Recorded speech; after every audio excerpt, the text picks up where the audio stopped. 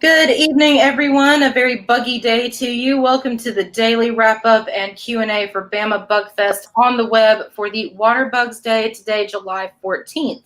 We have been collecting all of your questions and comments about the event content during the day, and we'll be asking our panel of experts to help us answer as many as we can. These daily wrap-ups happen live every day of Bama Bug Fest on the web at 7 p.m. Central Standard Time. I am Catherine Edge. I'm the director of the Warner Transportation Museum, a happy committee member of Bama Bug Fest on the web, and your moderator for the Q&A sessions this week.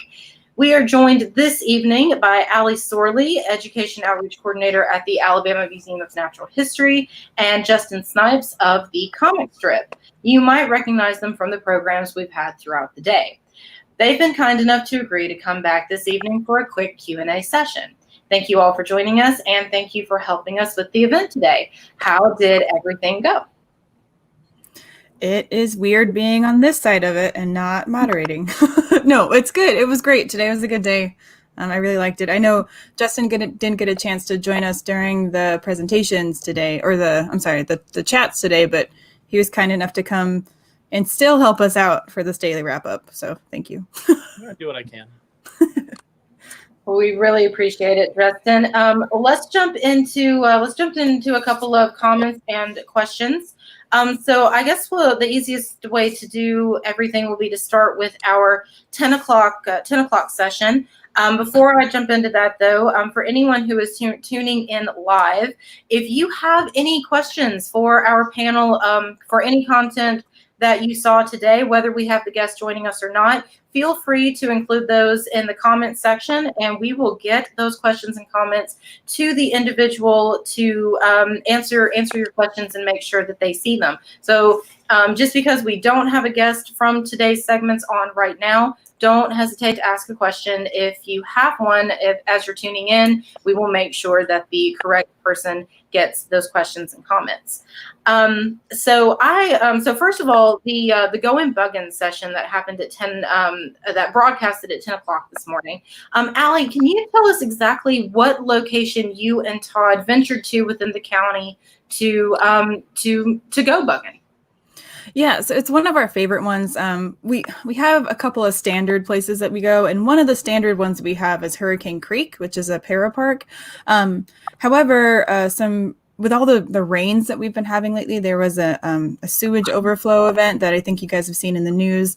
And so we decided to not walk around in sewage water, which is, a pretty good thing. We also, we also listened to the warnings that the city gave us and did not step foot in those waters. I believe the warnings are still active. So if you decide to visit Hurricane Creek, just keep an eye out for signs. But so we went to our other standard, which is at the spillway at Lake Nickel, which is one of my personal favorite places in town. The Lake Nickel has got the part where you can do the hiking on the big cliffs that some people jump off of, but you're not supposed to. It's against the rules. Also, it's really dangerous. And then there's also a spillway part of it, which is nowhere near that park. It's off on a different road that is just beautiful. I mean, it's gorgeous. It's, spillover from Lake Nickel. There's the part that we were at was kind of up the spillway. So there's these big falls and then some shallow stream areas and then these big rocks where it falls over into sort of like a lake area. So we were on the top part of it, on the shallow stream part of it, which is the perfect buggin' environment.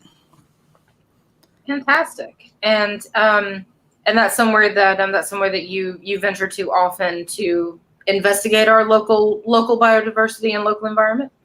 Yeah, we do that. We've used that space often in our museum, environmental education stuff that we do. And then me personally, I run away to there often and just hang out near the water and, just be in nature. It's gorgeous. It's gorgeous down there. So. I have to admit, I've lived in Tuscaloosa all of my life, and I have never ventured in and around the Lake Nickel area. I've driven over the spillway, of course, plenty of times, but have never really gone into that section. So that is something that I would actually like for you. I'd like for you to take me there sometime, because I had no idea that it was so close to me while I was watching the segment, because it looked looked very comfortable and very, very peaceful. So I thought I want to go to there. Yes. So you'll have to take me. Absolutely. I'd be happy to. I appreciate it. You were joined during that segment by Todd Hester, who is Yes. an environmental educator with the city of Tuscaloosa. So what was it like for you and Todd to go out and make the video?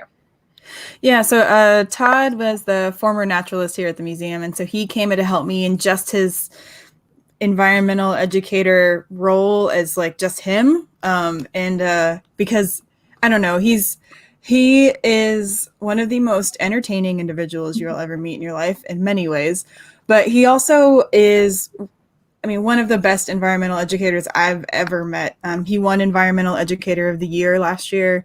He's incredible. And so he also has a passion for watershed education and a passion for aquatic insects specifically, and has taught me a ton. I mean, I have been at the museum for longer than I don't know, where am I at? Like 8 years, I guess I've been here. And I've been with him since day one and have learned so much from him. And every time we go out, we learn something new.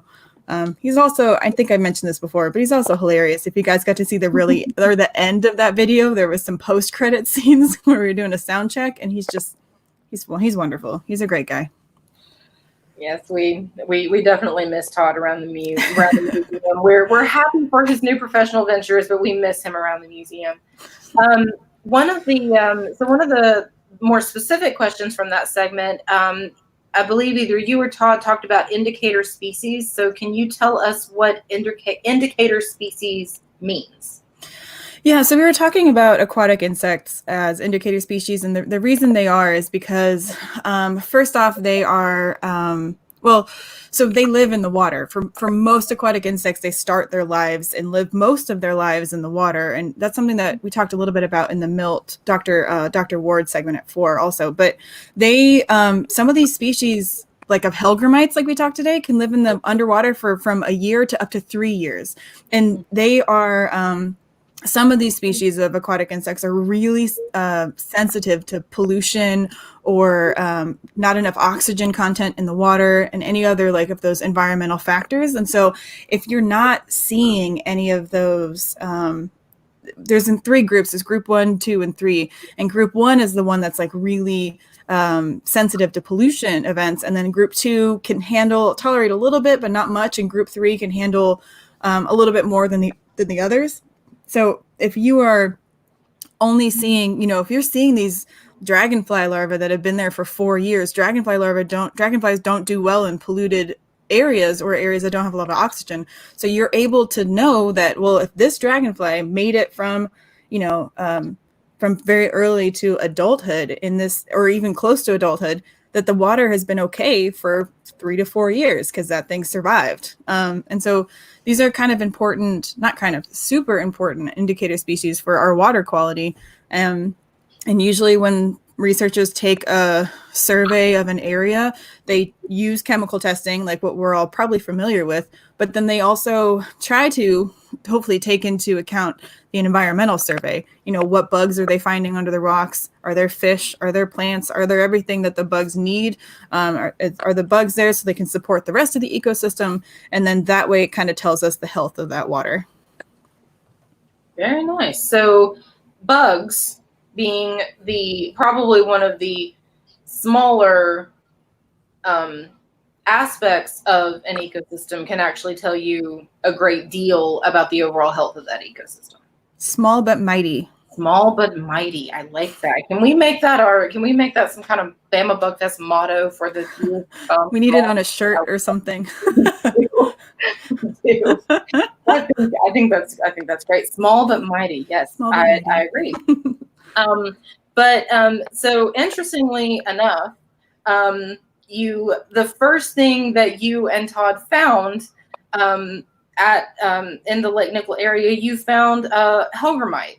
The first insect he found was a hellgrammite, which, did you plan that? Because that seemed to be the theme throughout the day. And before today, I had never heard the word Helgramite in my entire life. And I've heard it more throughout today with Bama Bug Fest on the web than I have again in my life. So let me see exactly what our question was. It says, was that a plant? It says, let's see. I'm sorry. I'm trying to do too many things at once. So it's so you found a Helgramite as first thing that day. Was that a plant because you knew was that planned because you knew we were going to talk about Helgramites throughout the day? Did you somehow plant a Helgramite under that specific rock? Look, my people talked to his people. We got details worked out. We knew that we would meet at the same time. He agreed to make an appearance. It worked out fine. No, we just it was, and Helgramites just happened to be Todd's favorite one too. And this one was huge. I mean, I'm not like this long. This thing was huge. He was very easily visible on the underside of that rock. Yes. I don't know. Justin, have you ever seen like a water Helgramite before? No, I'm very sweaty very easily. So outside is not a place I generally venture. Can I share my screen real quick, Catherine, to show one? Absolutely. Okay, let me get a good picture of one up. Here's one. So this isn't the one that we found, but this looks exactly like the one that we found. And so Helgramites are incredible. They're super cool. They are, there it is. You see it? Yes, I do. What do you think, Justin? They're kind of gnarly, aren't they? Yeah, I don't like anything about that right there. It definitely looks like something I don't want to step on. I'll say that. Hang on, let me pull up their adult form. So as in juvenile form, they're called Helgramites, but as in adult form, they are called Dobson flies. Let me show you this. And this is what a Dobson fly looks like. So this is the male Dobson fly, and it's got these big long pinchers here. Or they look like big long pinchers, but they're just adornments. I can talk about that later. But and then the female ones have things that look more like, let me see if I can grab one. Come on, internet. They have things that look more like there's a female. So see, they don't have the really, really long ones. They've got things that we like, more of what we imagine to be like mandible chomper things. Yeah, type things. Right. Yeah. So they start out like this, and then they grow up to this. And so Todd found this as the first thing, and as one of the, I say bloopers, but one of our like not included clips is Todd making these noises of excitement when he flipped, and I didn't have the camera on him, and so you just hear in the background like woohoo, and freaking out because he found this Dobson fly or he found this Helgramite. I'm sorry. Well, I don't think that it's anything. I'm super chuffed for you all that you found it. I wondered if it was planted, because I thought that is a level of dedication that I think it surpasses anything that I would have expected out in the wild during a go and buggin' session. But it's certainly something that I appreciate in our local ecosystems. But again, I don't really fancy stepping on it or having a male or female Dobson fly anywhere near my face. If you listen closely in that video, these big storms were rolling through. So if you listen closely, there's thunder. It was a fun day. Again, the level of dedication is incredibly impressive. But speaking of Helgramites, which again ended up being a very strong theme throughout the entire day, Justin, these are some questions that are geared more toward your expertise from the comic book world. So Helgramite started in the Batman comics. How long was he there before transitioning into Superman comics and stories? Well, he debuted in 1968 in a book called Brave and the Bold, which was just a DC Comics team-up book. He first fought Batman and the Creeper, which is a pasty yellow journalist who turns into a pasty yellow crazy person. Fun character, but no one cares about him. It's real sad. But from 1968 until about 1986, he just bounced around to different villains whenever they needed him. and then in 1986, DC revamped their whole universe, because nowadays it's every 10 minutes, but back then it was every 20 years or so.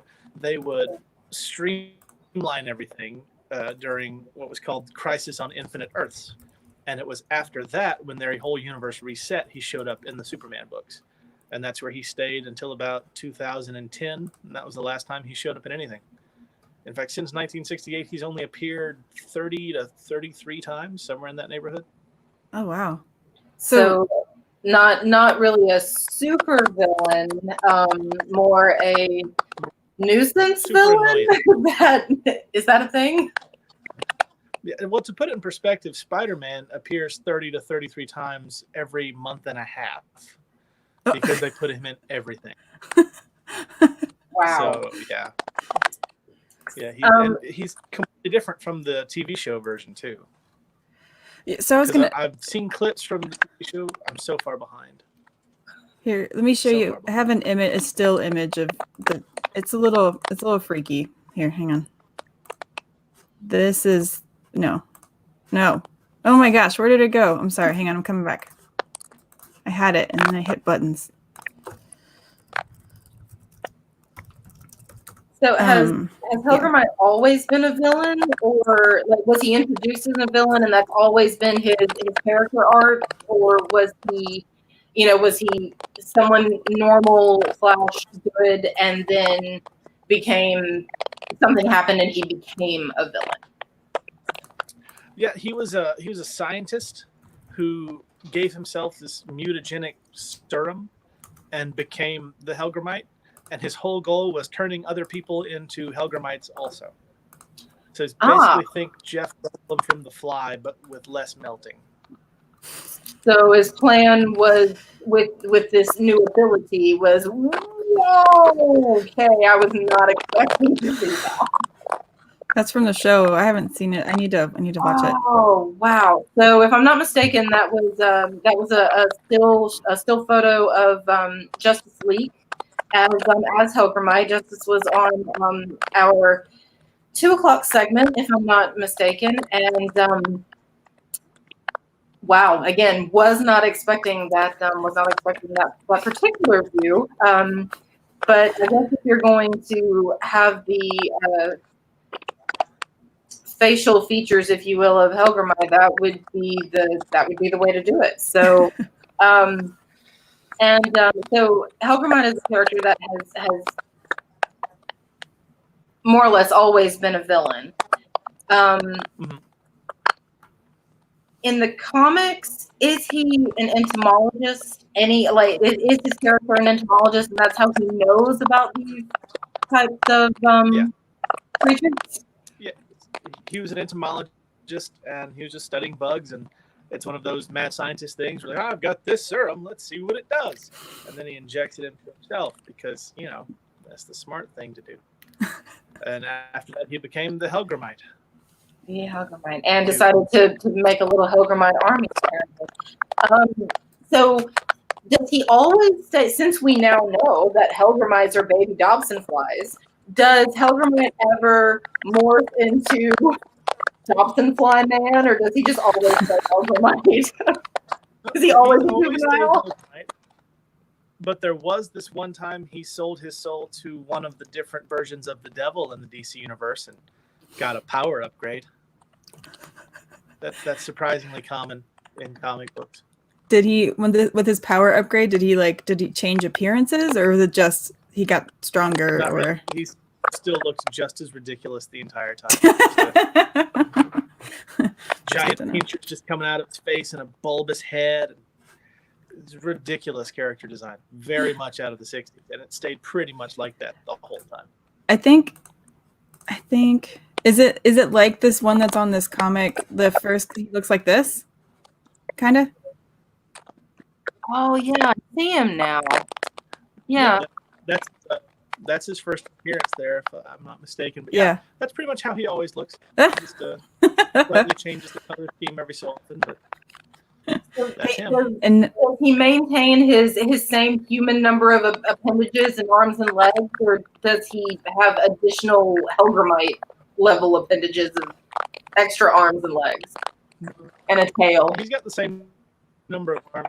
He's just really strong and can jump. Okay, all right. Honestly, they made him more like a grasshopper than they did an actual Helgramite. Yeah. And I'm not at all surprised the TV show completely changed everything about the character and turned him into an alien race of things.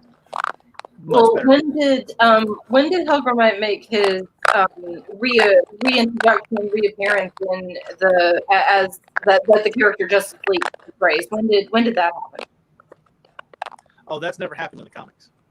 No, not in the comics, but I mean, just in the overall story. That is super. I'm sorry, I don't.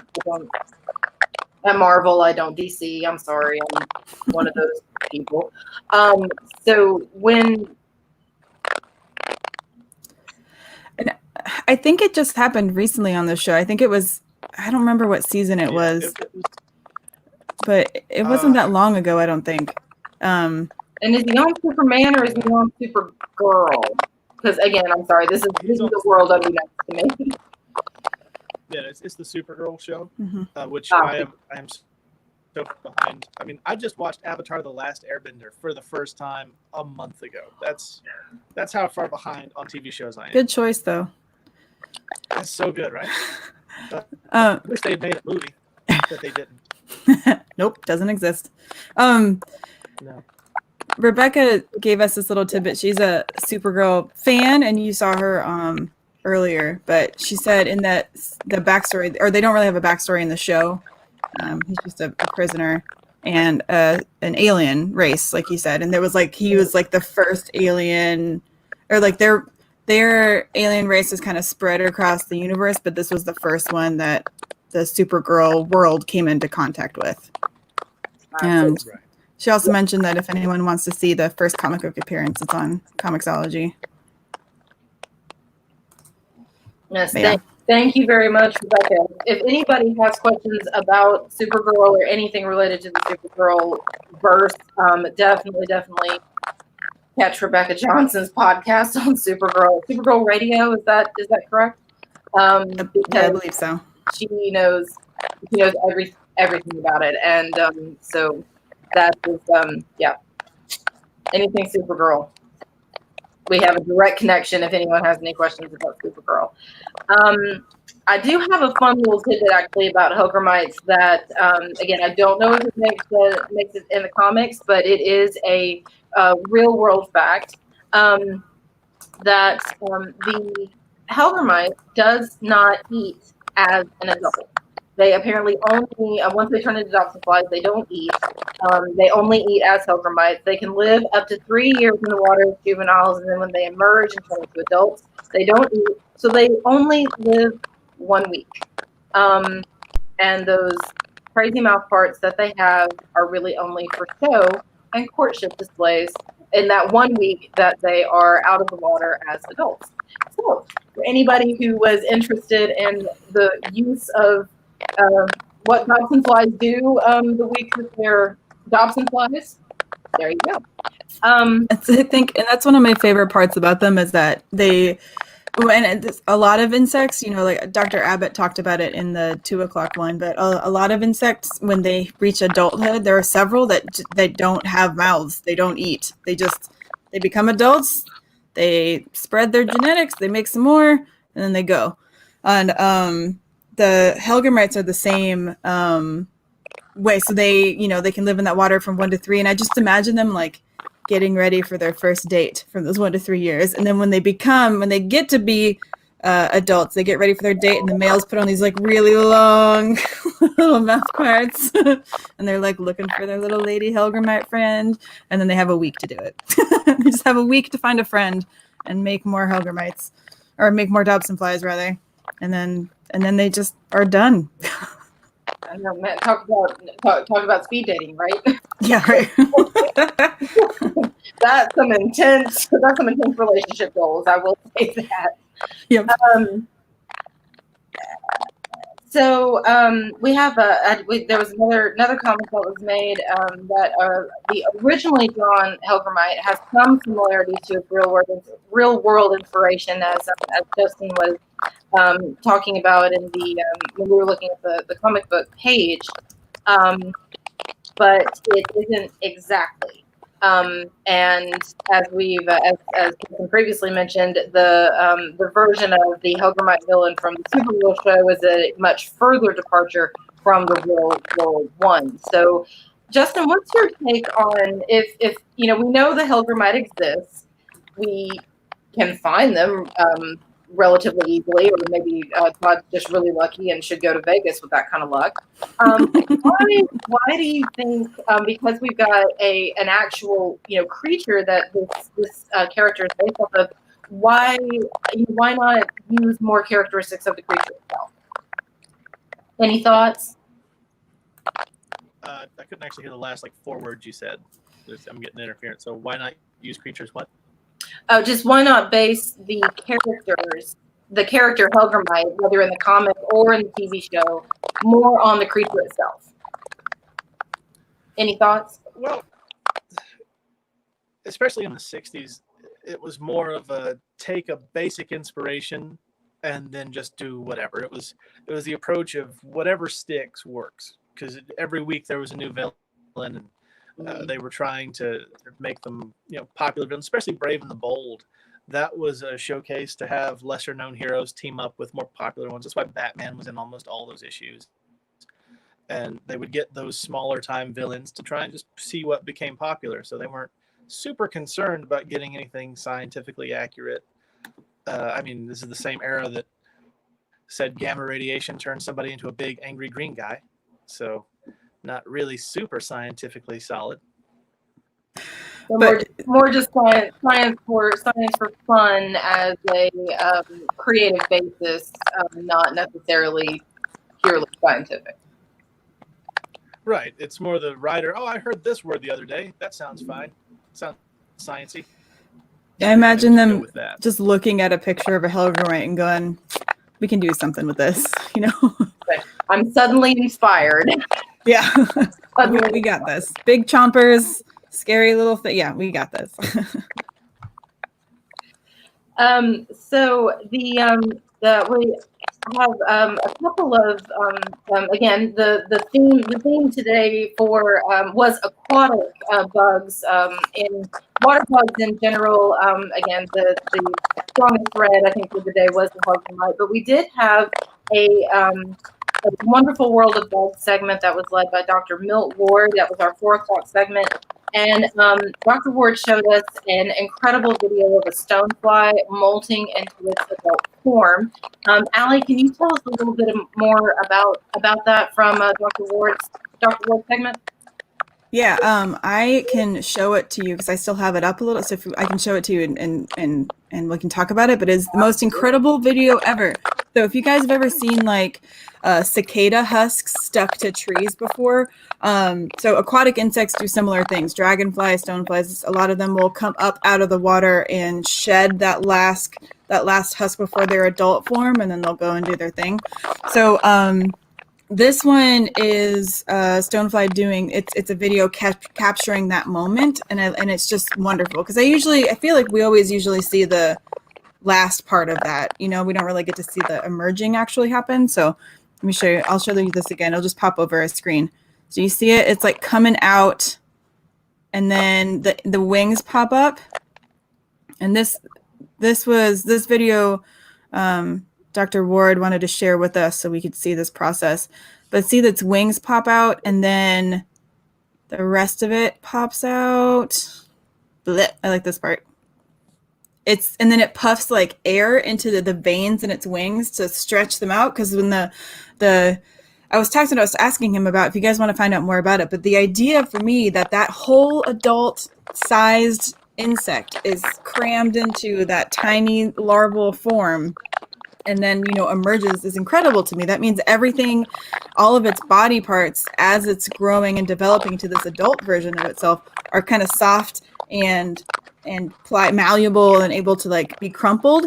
And so the wings are crumpled and they have to be extended out. And then he said that they have to sit there for 10 or so minutes until their wings dry out so that they can actually use them.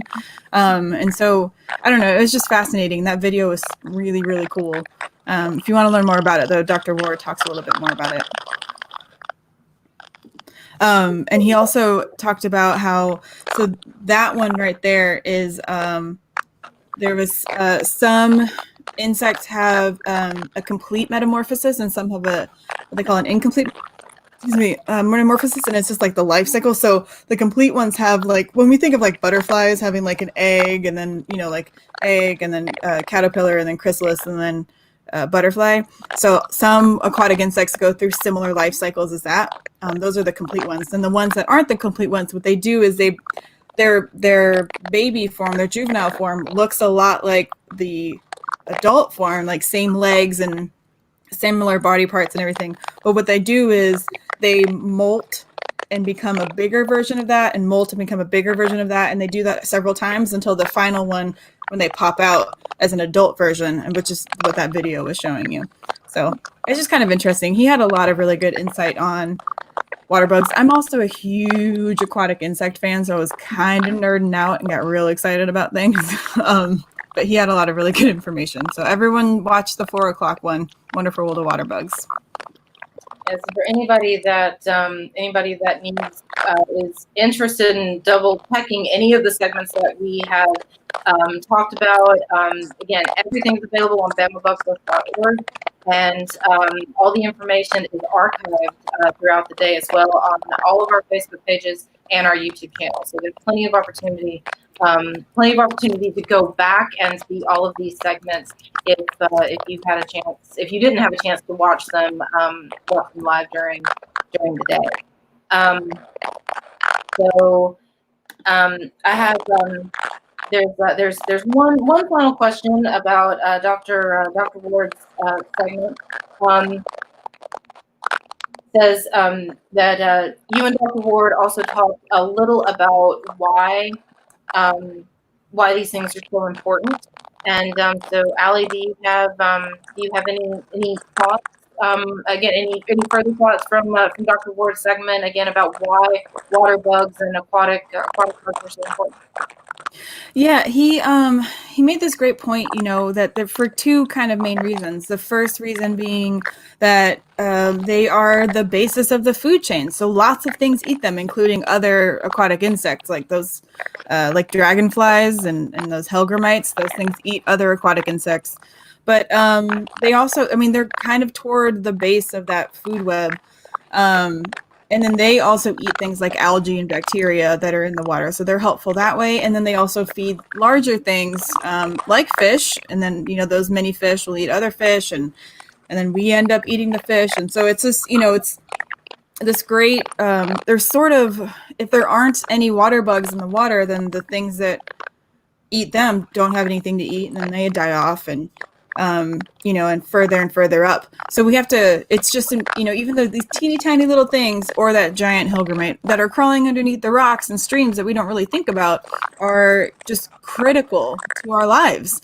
And it's just not something that we see very much, which is neat. And then the indicator species, which, we've all talked about already, they just help us understand the health of our water, which is great.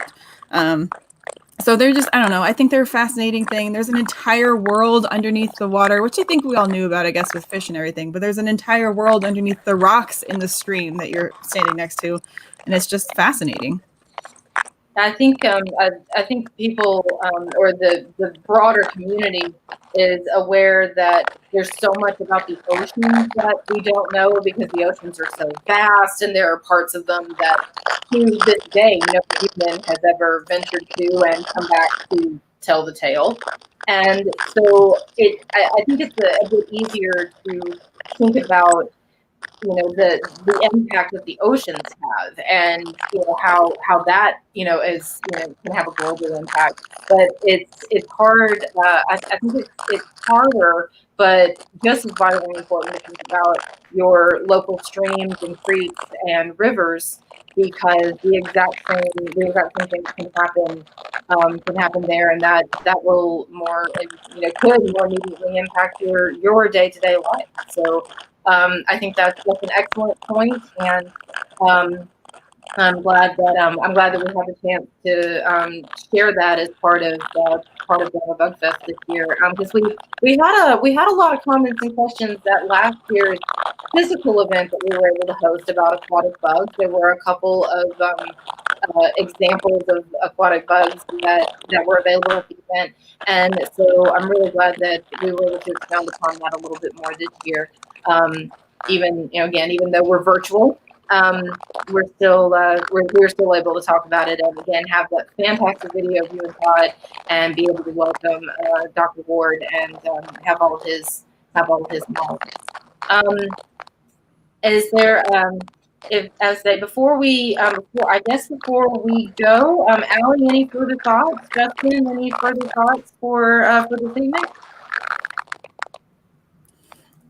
Not really. Yeah, I think if you're interested in learning more about the comic character or about the real ones, there's lots of really great resources online. You could visit the comic strip, and you could also visit some of these really wonderful, like freshwaterscience.org. It's a great organization that deals with freshwater organisms, which is what we were talking about today. And then if you're also really interested in it, please check out Alabama Water Watch. Now, for all those in Tuscaloosa, I'm just going to give you a warning. You're going to an Auburn website, but it's okay. It's worth it. It's all in the name of science. So, and they're good people. Science trumps They're great people. all boundaries and any fan base. So, Yep. There you go. And Justin, you're there at the comic strip, which is a local Tuscaloosa business. And so if anybody has any questions about Helgramite or any of the other comic book characters, what's the best way for them to come see you or get in touch with you? I mean, our hours are posted on the Instagram and the Facebook, and they can send us messages on there. But pretty much, if you're coming by anytime the sun's up, I'm probably going to be here. I have no life. So, here we are. No, that's not true. Your life is comic. Your life is comic. And if your life weren't comics, we wouldn't have the pleasure of speaking to you about Helgramite. We wouldn't have all the awesome information about how non-super villain, but more nuisance villain he is. But hopefully that will change. I would actually love to see Helgramite become a super villain. I really would.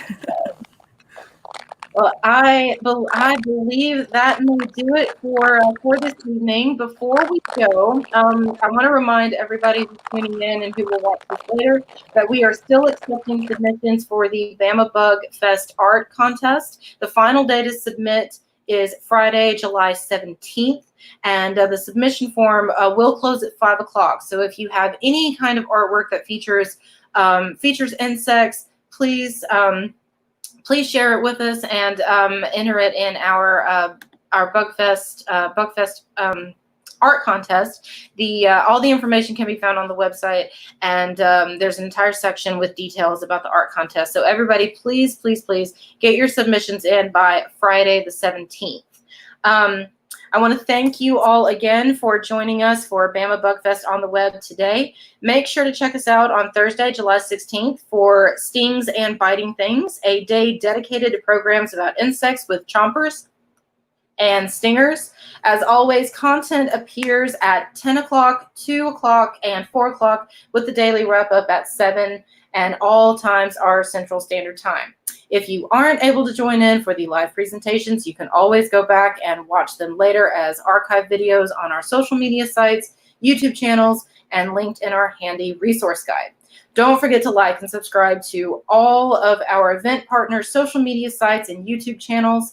As always, we want to thank the UA Museums, Warner Transportation Museum, Alabama Museum of Natural History, Department of Research and Collections at UA's Rogers Library, and the Tuscaloosa Public Library for all of your work in organizing the event. Thank you to our guests this evening, Allie and Justin. Thank you so much for helping us out today. We appreciate you sharing a little of your time and expertise with us. Everybody tune back in on Thursday, July 16th for Stings and Biting Things, and everybody have a fantastic night. Thanks for joining us.